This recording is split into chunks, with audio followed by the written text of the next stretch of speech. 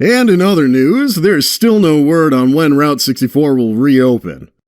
According to Dr. Saul Samuelson, his team has made many new discoveries, some of which he claims could rewrite what we know about the indigenous people of the West Coast. He has also announced that some of the artifacts, as well as pictures from the dig site, will be on display at the McDonald Museum of Northern California. So, if you're into that kind of thing, stop on by and take a look. But for now, let's get back to the music. This is Rockin' Ron Jansen, checking out for the day. When we return, my colleague Henry Jansen will be signing in to take your requests for the lunch hour. Have a great day, everyone.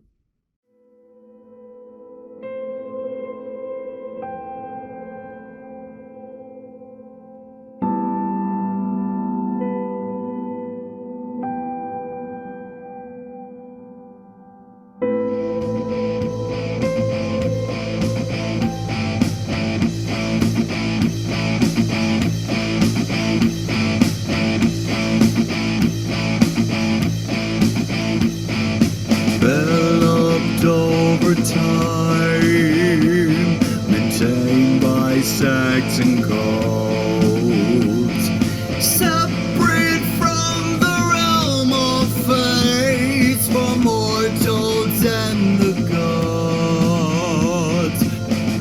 Every time I see you, feels like hundreds of people step into my heart.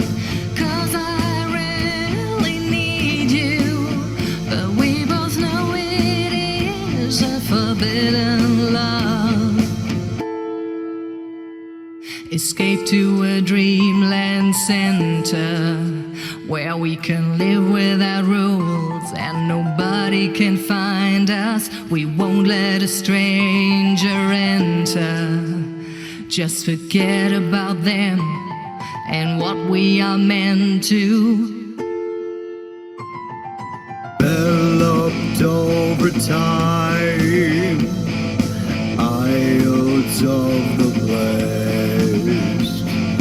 The illusion fields unknown, located in the west, chosen by the heroes, obeying when they call. A mindless soldier of the past, still is the only fall.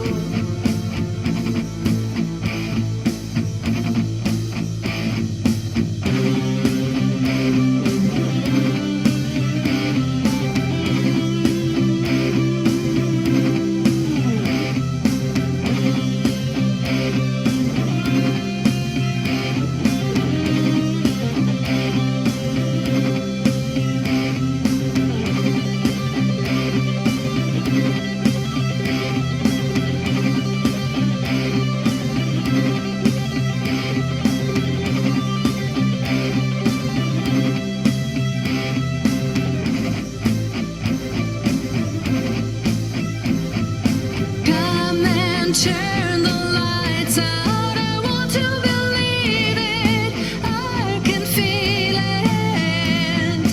Come and turn the lights out, I want you to sing it, join me dreaming.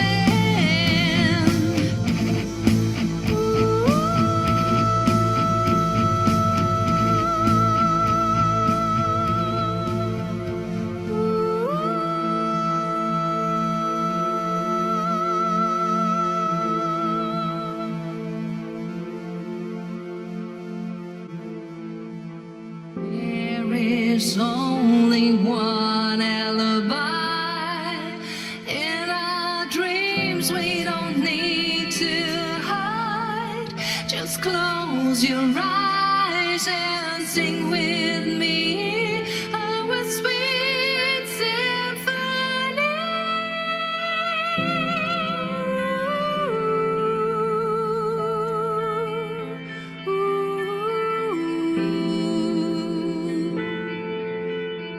Dawn will rise again, and humanity remains.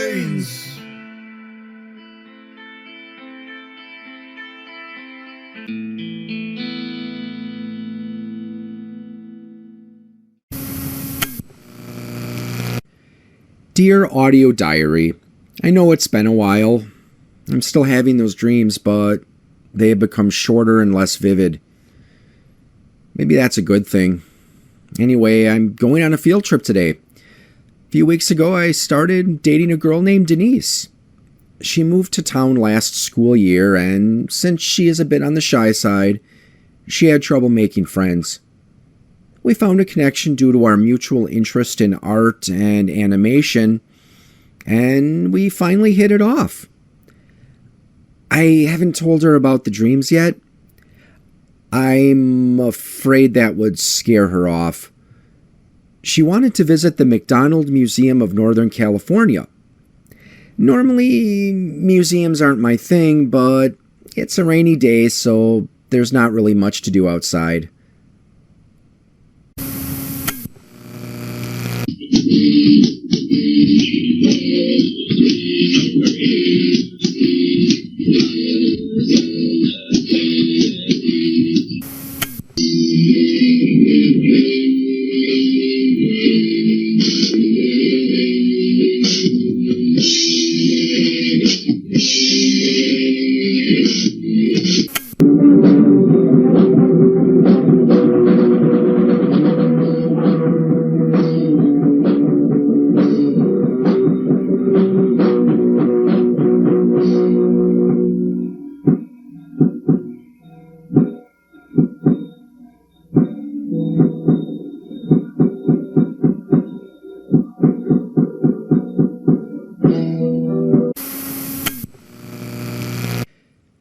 Well, thanks to our visit to the museum, I no longer think I am going insane. Most of the date went well, at least until we got to the special exhibits section. They had a display of the various artifacts that they had been collecting from the archaeological dig site along rural Route 64. Most of it wasn't that interesting, just arrowheads and shards of broken pottery. But then I saw it. There was a stone cube that had a carving on one side. It showed 5 figures kneeling in front of a larger figure. The standing figure had disproportionately long limbs and was holding a straight object in one of its hands. The edges of the cube were damaged, so I couldn't make out much else. The sign under the block said, "Possible depiction of worshippers in front of a god or spirit." That is when it hit me and I knew what it was. This was a piece of one of the pillars that I saw in my dream. The larger figure was one of those green-skinned humanoids. The kneeling figures were not worshippers. They were captives doomed to be sacrificed. I was sure that if the other side of the block was found, it would depict a fire pit full of dead bodies. Well, here's where things get kind of weird. Apparently, I entered a trance-like state because Denise had to snap me out of it. She asked if I was feeling okay because my face had drained of color and I had a blank stare. I didn't know what to say, so I told her I was fine and just must have been whatever I had for lunch. I told her that I probably just needed a drink, so we went to the museum snack room and got a bottle of water. The rest of the day passed uneventfully. I have a gut instinct that the recent excavation has something to do with these dreams I've been having. I will be heading back to the museum on my own with a microcassette recorder.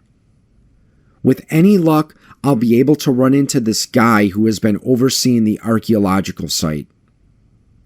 I'm going to ask him some questions and I'll transfer it to this tape later. Audio diary, wish me luck.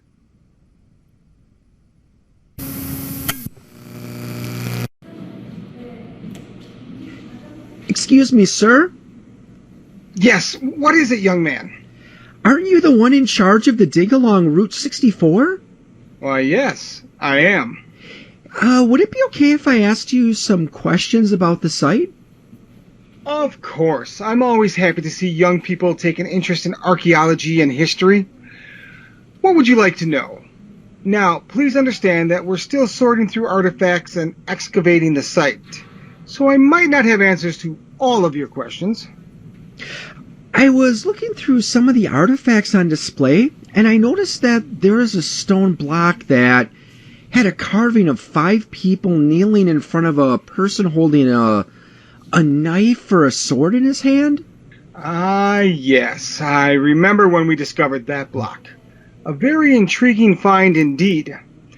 I believe it to show people in prayer to one of their gods, or maybe a great chieftain or hero. Now, which one we're not sure of course. I was wondering, do you think it is possible the carving portrays some sort of human sacrifice? I mean, were the natives of this area known to worship like that? None of the known, and I stress known tribes worshipped in that manner. But I feel we are dealing with an unknown tribe here. Everything we have discovered so far is unique to this settlement. So it is possible the inhabitants of the site may have been an offshoot of another tribe that developed their own individualized culture and system of rituals. Did you find the rest of the block? It looks like the left side was broken off. No, unfortunately. It is probably buried deeper in the ground, or else it may have been taken from the site by settlers who needed building materials.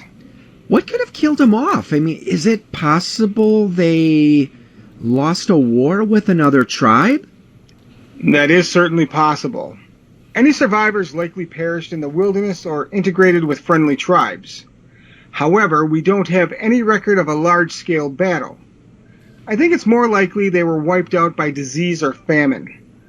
A climatologist friend of mine is still looking into whether or not a drought could have forced them to move elsewhere and abandon the settlement. I recall a report that someone asked about human remains. Were they able to tell if the bones in the fire pit were human or... Animal! They were definitely animal bones. One last question, if you don't mind.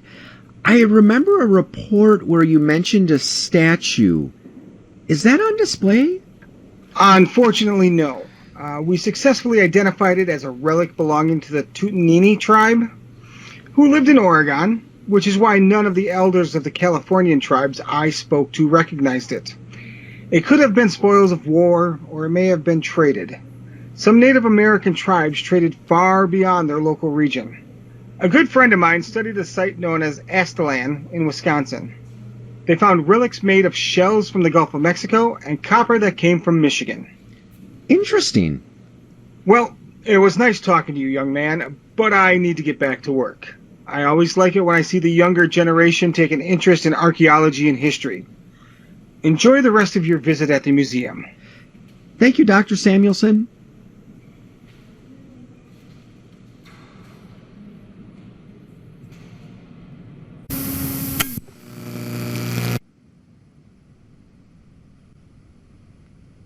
I'm home now. Something is not right here. I noticed a look of irritation when I asked Dr. Samuelson about the remains in the fire pit. I did hang out at the museum for the rest of the day and found where his office was. Shortly before the museum closed, I peeked through the window on the door. I saw the strange statue sitting on a desk. I also noticed a block on a shelf that looked like it would fit with the one on display. Even from a distance in the dim light, I could see what looked like a blazing fire. I'm beginning to think a visit to the dig site is in order, though I really don't know how I'm going to pull it off. This is Robert Smith, Channel 12 News, with a breaking news bulletin. Police are asking for assistance from the public with locating a 14-year-old child named Peter Brandt, who disappeared from his home in Shingletown last night. The disappearance is puzzling as the family reported no signs of forced entry. Peter is the third child to go missing in the area over the last 2 weeks, leaving authorities puzzled and local parents concerned. Chief Monroe of the Shasta County Sheriff's Office gave the following statement. When we return,